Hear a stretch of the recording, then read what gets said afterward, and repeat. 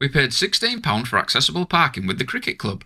We got a parking pass for the car park at Trafford Town Hall, a short distance from the ground. The bays were all marked out and the car park was stewarded. It was step-free and spacious. There were local road closures, but security was on hand to help. It was a short, flat wheel to the ground, made easier by the road closures. There were food vans parked on the streets and lots of portaloos, but we didn't find an accessible one. Long queues were already forming, but we followed directions to the VIP and accessible entrance. Once the gates were opened, we went through security checks and into the ground.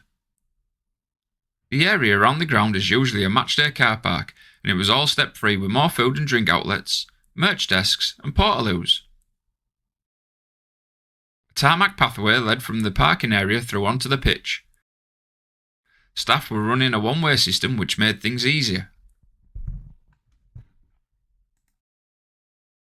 The edges of the pitch were covered in the hard plastic ground cover that you get at most outdoor gigs, so there's a little lip to get up. The main pitch itself was covered in a black fabric, but the entrance to the accessible platform had been moved, so you had to wheel off the hard plastic and back on again, and there were no barriers to keep the way through clear. The access platform had 2 accessible portaloos in the enclosure, but no access to food or drinks without going back out to the car park. The ramp had stewards on at all times, checking tickets and keeping the portaloos exclusively for the platform. The ramp was quite long, but not too steep, but it did get a little slippery later in the evening when it had rained. The platform was a really good size and had no marked bays or numbering system. The staff didn't intervene to position anyone or keep pathways clear. A few people parked inconsiderately at times, but nothing too bad. The view of the stage was really good and the platform was a good height above the people standing in front.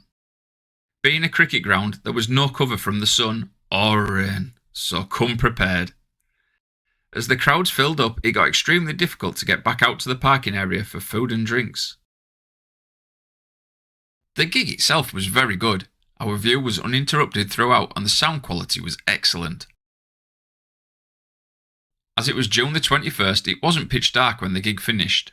The cricket floodlights were turned on and all of the exits were opened. As always, it took a few minutes for the rush to die down. There was no point in us heading down the ramp straight away, as there was a bottleneck at the bottom corner. The usual collection of empty cups was on the edge of the ramp. Once the crowd had died down, it was much easier to navigate the tricky fabric patch and discarded cups. This time, quite a lot were paper, so easier to squash.